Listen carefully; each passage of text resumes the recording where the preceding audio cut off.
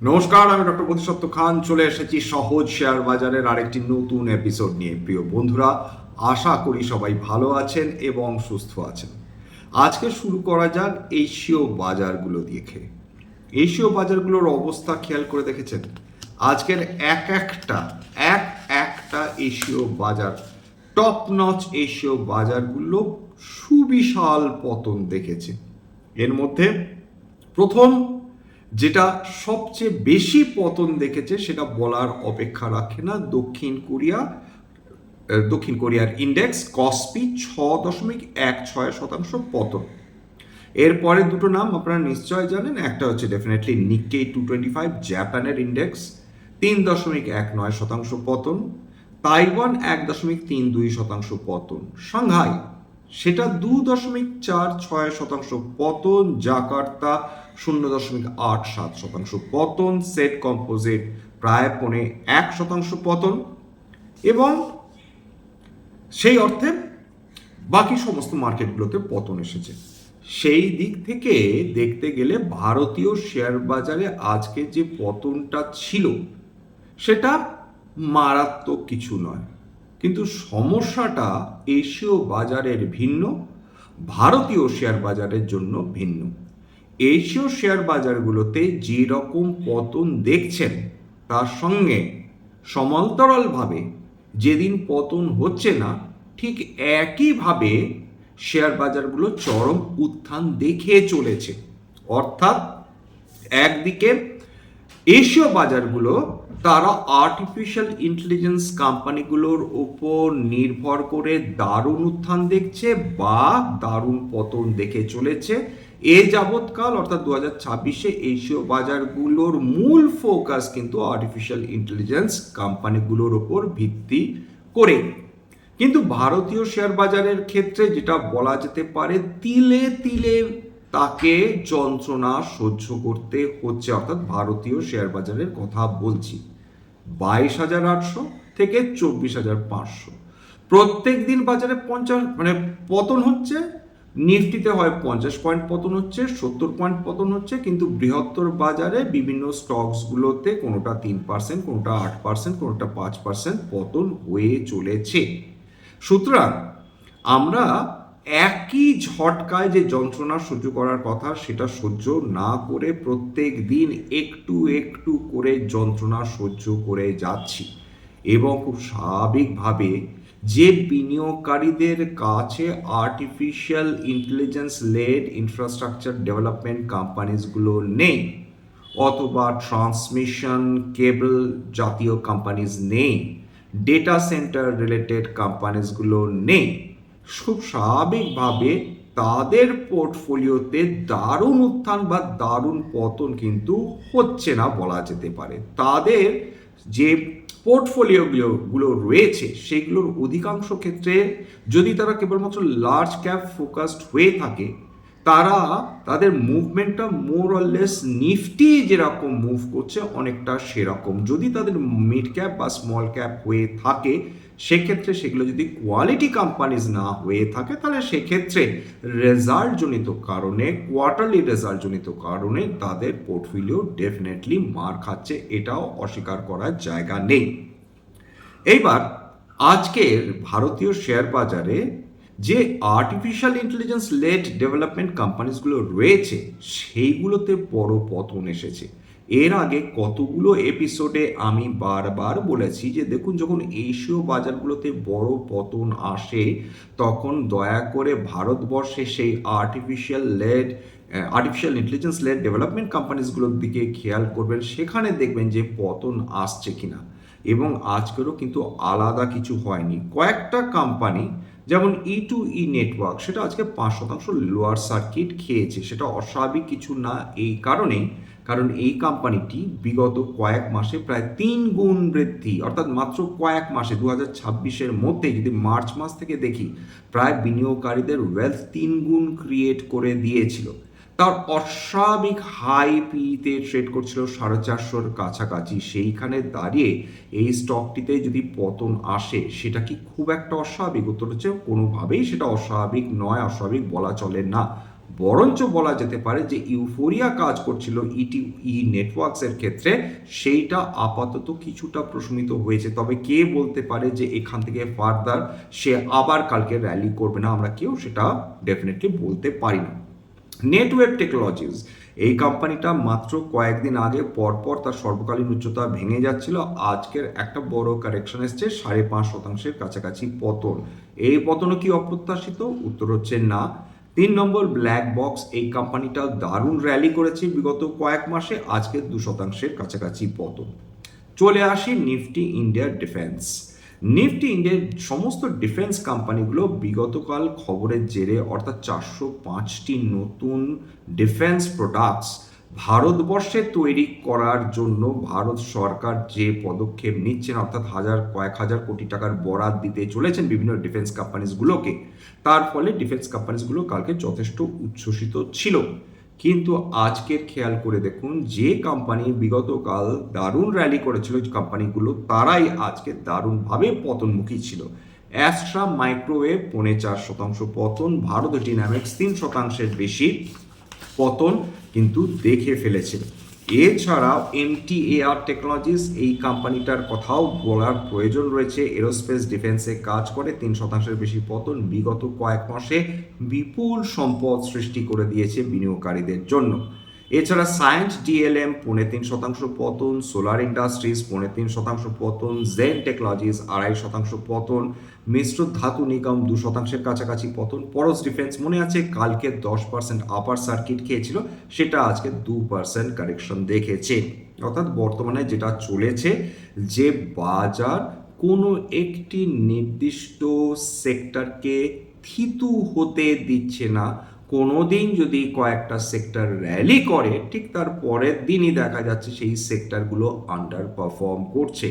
বাজার যদি range bound থাকে, যদি জিওপলিটিক্যাল টেনশন এরকম বর্ধিত হয়ে থাকে, যদি রাশিয়া ইউক্রেন যুদ্ধের যদি অ্যাগ্রেশন বৃদ্ধি পেতে থাকে, যদি হরমুজ নিয়ে আমেরিকা ইরান কামড়াকামড়ি করতে থাকে, স্বাভাবিকভাবে যদি হরমুজ বন্ধ থাকে, অন্যদিকে রেড সির যে ন্যারো প্যাসেজটা রয়েছে সেটা যদি হুতিরা বন্ধ করে দেওয়ার ব্যাপারে উদ্যোগী হয়, যদি সৌদি আরবের তেলবাহী জাহাজের ওপর যদি হুতিসরা আক্রমণ করে, যদি ইরান বিভিন্ন দেশের তেলবাহী জাহাজগুলোর উপর আক্রমণ করে, সেক্ষেত্রে আমরা কি প্রত্যাশা করতে পারি যে বাজার খুব একটা ভালো অবস্থায় থাকবে? উত্তর হচ্ছে ডেফিনেটলি বাজার মোটেই খুব একটা ভালো অবস্থার মধ্যে দিয়ে যাচ্ছে না।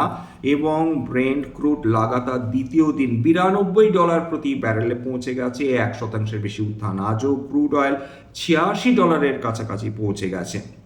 চলে আসি সোনার কথায়। সোনা আজকের প্রায় 1.25% উত্থান দেখেছে। এই প্রসঙ্গে একটা কথা আপনাদের না বললেই নয়, যে যখনই সোনার দাম দেখবেন বা সোনার দাম তুলনা করার কথা ভাববেন, সঙ্গে সঙ্গে কিন্তু ডলার ইন্ডেক্সটা পাশে রেখে দেখবেন। ডলার ইন্ডেক্স বিগত কয়েকদিন ধরে দারুণ দুর্বলতা দেখিয়ে চলেছে। সবসময় মাথায় রাখবেন, যদি ডলার ইন্ডেক্স দুর্বল হয়, তার মানে বোঝাচ্ছে যে ডলার ক্রমাগত দুর্বল হচ্ছে। ডলার যত দুর্বল হবে, তত প্রেশাস সেমি প্রেশাস মেটালস, সোনা রূপোর মতন ধাতুগুলোর দাম বা চাহিদা ক্রমাগত বৃদ্ধি পেতে থাকবে। ডলার ইন্ডেক্স আরও দুর্বল হয়েছে আজকের দিনেও, মাত্র 99.36 সেটা ট্রেড করছে। টাকা আজকের ডলারের তুলনায় কিছুটা শক্তিশালী হয়েছে, 10 পয়সা মতন। লাস্ট ট্রেড করছিল প্রতি ইউনাইটেড স্টেটস ডলার 95.72 করে। এইবার প্রশ্নটা হচ্ছে যে যদি ডলার ক্রমাগত দুর্বল হতে থাকে, যদি সোনার চাহিদা ক্রমাগত বৃদ্ধি পেতে থাকে, তাহলে সোনার চাহিদা বৃদ্ধি পাচ্ছে কেন? কারণটা আমার প্রশ্নের মধ্যেই নিহিত রয়েছে। ডলারের দুর্বলতা বৃদ্ধি পাওয়া মানেই সোনার চাহিদা বাড়বে। বিশ্বের যদি হাই নেটওয়ার্থ ইন্ডিভিজুয়ালসের কথা বলেন, বিভিন্ন ইনস্টিটিউশনসের কথা বলেন, গভর্নমেন্ট পেনশন ফান্ডসের কথা বলেন, এবং তার থেকেও সমস্ত কিছু ছাপিয়ে কেন্দ্রীয় ব্যাংকগুলোর ডিমান্ড ট্রিমেন্ডাসলি বেড়ে চলেছে বিগত কয়েক বছর ধরে। কেবলমাত্র বিগত 1 বছরে 1000 টনের বেশি সোনা সেটা বিশ্বের বিভিন্ন কেন্দ্রীয় ব্যাংক কিনে ফেলেছে। তার মধ্যে ভারতবর্ষের রিজার্ভ ব্যাংক অফ ইন্ডিয়া রয়েছে। সবচেয়ে অ্যাগ্রেসিভলি সোনা যে কেন্দ্রীয় ব্যাংক কিনছে সেটা হচ্ছে চায়নার কেন্দ্রীয় bank People's Bank of China. সুতরাং চায়না বিলক্ষণ বুঝেছে যে ডলারের ওপর ডিপেন্ডেন্স যত বৃদ্ধি হবে তত কিন্তু তাদের পক্ষে বিপদ বৃদ্ধি পাবে। তার কারণটাই যেটা যে সোনা অপেক্ষাকৃত অন্যান্য কারেন্সির তুলনায় অনেক বেশি সেফ। কেন সেফ? কারণ এই ক্ষেত্রে কোনো জালিয়াতির সুযোগ নেই, কোনো কাউন্টার পার্টির রিস্ক নেই। এটা ইনফ্লেশনকে বিট করার ক্ষমতা রাখে, অর্থাৎ ইনফ্লেশনকে বর্ধিত হওয়ার সুযোগ দেয় না। শুধু তাই না, প্রত্যেকটা কেন্দ্রীয় ব্যাংক, তার মধ্যে ভারতবর্ষ রয়েছে, তারা নিজেদের ফরেন রিজার্ভ কারেন্সি তাদের যে ভান্ডার রয়েছে সেখানে ডলারের পরিমাণ কমাচ্ছে এবং সেটা ডলারাইজেশনের দিকে একটা সদার্থক পদক্ষেপ বলা যেতে পারে। তার মানে কিন্তু এটা নয় যে ভারত সরকার বা বিশ্বের অন্যান্য সরকার তারা ডলারে ট্রেড করছে না। প্রত্যেকটা ট্রেড বা অধিকাংশ ট্রেড এখনো অবধি ডলারেই হচ্ছে। কেবলমাত্র বিভিন্ন কেন্দ্রীয় ব্যাংক তারা নিজেদের ভান্ডারে ডলারের পরিমাণ কমিয়ে দিচ্ছে, অর্থাৎ তারা খুব বেশি ডলার মজুদ রাখতে চাইছে না।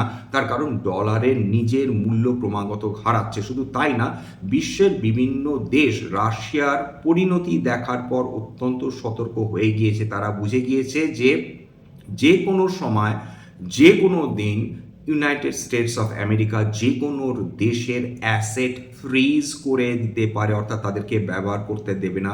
সেক্ষেত্রে তাদের গচ্ছিত রাখা ডলার মাত্রাতিরিক্তভাবে বিপদে পড়তে পারে, এটা তারা বুঝে গেছে।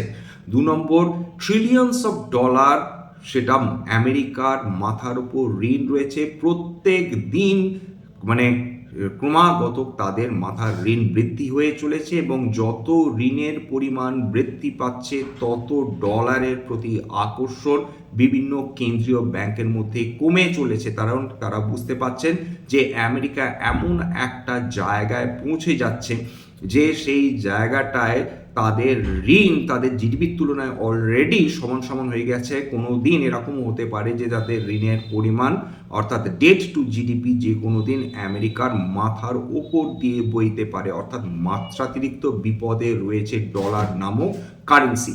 এছাড়া ডলার কিন্তু কেবলমাত্র একটা কারেন্সি নয়, ডলার কিন্তু একটা পলিটিক্যাল রেগুলেটরি অথরিটি বলা যেতে পারে। Dollar not as a currency, dollar as a form of power. সুতরাং ডলার দিয়ে যদি গোটা বিশ্বকে এতদিন আমেরিকা ডমিনেট করে থাকে, বিশ্বের বাকি দেশগুলো বুঝতে পেরেছে যে ডলার ডিপেন্ডেন্স যতদিন না কমানো সম্ভব হবে, আমেরিকার দাদাগিরি ক্রমাগত সেটা কিন্তু চলতে থাকবে। যেমন রাশিয়ার কয়েক বিলিয়ন ডলার সেটা কিন্তু আমেরিকা ফ্রিজ করে দিয়েছে এবং খুব স্বাভাবিকভাবে সুইফট সিস্টেমেরও সুবিধা নিতে দিচ্ছে না রাশিয়াকে আমেরিকা। তার ফলে প্রত্যেকটা দেশ এখন তারা যেটা চেষ্টা করবে, তারা সোনার মধ্যে তারা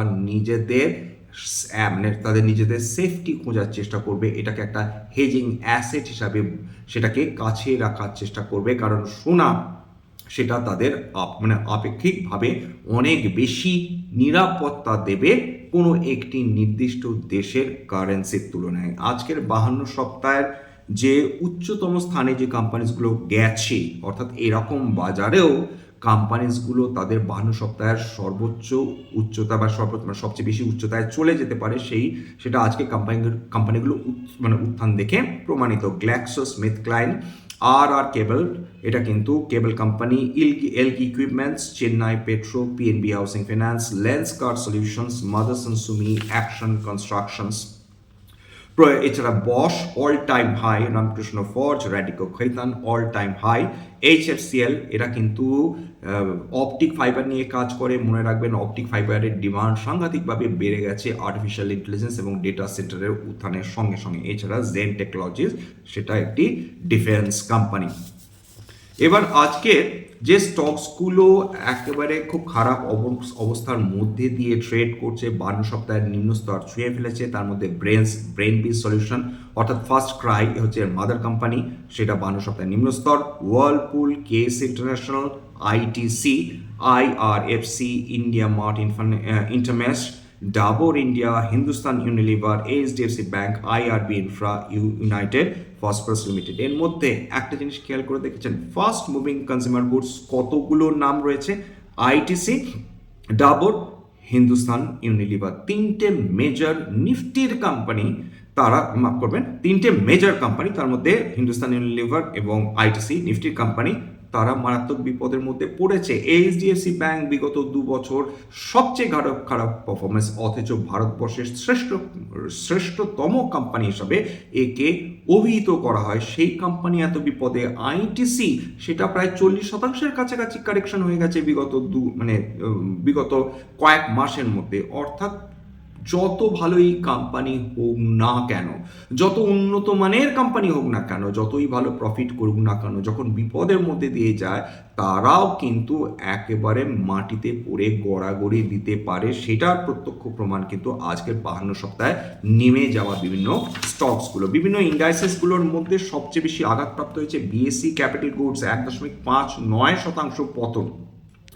এছাড়া ফাস্ট মুভিং কনজিউমার গুডস প্রায় 8%, BSc fast moving consumer goods প্রায় 8%-এর কাছাকাছি পতন। হেলথ কেয়ার 0.44% পতন। সার্বিকভাবে নিফটি 24,100 নিচে নেমে গেছে। এখন প্রশ্নটা হচ্ছে যে ডোমেস্টিক ইনস্টিটিউশনাল ইনভেস্টার্স তারা কি বাজারকে এখনো ধরে রাখতে চাইবে? বিগতকালও 5,000 কোটি টাকার উপর শেয়ার কিনেছে ডোমেস্টিক ইনস্টিটিউশনাল ইনভেস্টার্সরা, যেখানে ফরেন ইনস্টিটিউশনাল ইনভেস্টার্সরা প্রায় 2,500 কোটি টাকার কাছে শেয়ার বিক্রি করেছে।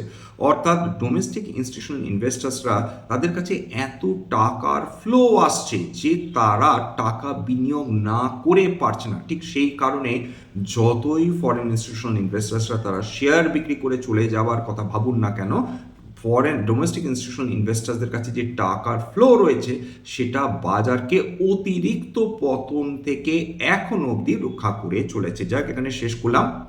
স্ট্যান্ডার্ড ডিসক্লোজার যে কোম্পানিজগুলো নিয়ে আলোচনা করলাম, হতে পারে তার মধ্যে কয়েকটা কোম্পানিতে আমার বা আমার পরিবারের ভেস্টেড ইন্টারেস্ট থাকলেও থাকতে পারে। ভবিষ্যতে যদি নতুন করে কিনি বা বিক্রি করি, আগাম বিজ্ঞপ্তি দিয়ে কিনতে বা বিক্রি করতে পারবো না। স্ট্যান্ডার্ড ডিসক্লেমার, এটা কেবলমাত্র একটা এডুকেশনাল চ্যানেল। বাঙালি বিনিয়োগকারীদের ইনভেস্টার অ্যাওয়ারনেস বৃদ্ধির জন্য এখানে কোনো ধরনের কোনো শেয়ারে buy sell recommendation, section advice এমনকি ইনফ্লুয়েন্স করার প্রচেষ্টা নেই। আমার কথা শুনে যদি কোনো শেয়ার বা কোনো অ্যাসেটে বাই সেল সিদ্ধান্ত নেন, ক্ষতির মুখোমুখি হতে পারেন। সুতরাং সবসময় একজন সেবি রেজিস্টার্ড ইনভেস্টমেন্ট অ্যাডভাইজারের পরামর্শ নেওয়ার চেষ্টা করবেন বা নিজের ডিউ ডিলিজেন্স করবেন, সেক্ষেত্রে আপনারা উপকৃত হলেও হতে পারেন। সবশেষে যেটা বলি, যদি এই ধরনের এপিসোড আপনাদের ভালো লাগে প্লিজ একটা লাইক দেবেন, প্লিজ সাবস্ক্রাইব করবেন, এবং যদি সত্যিই মনে হয় আমার বাঙালি ভাই বোনদের জীবনে একটুখানি ভ্যালু অ্যাড করতে পেরেছি, প্লিজ নিজের গ্রুপে শেয়ার করে দেওয়ার চেষ্টা করবেন। আজকের জন্য নমস্কার।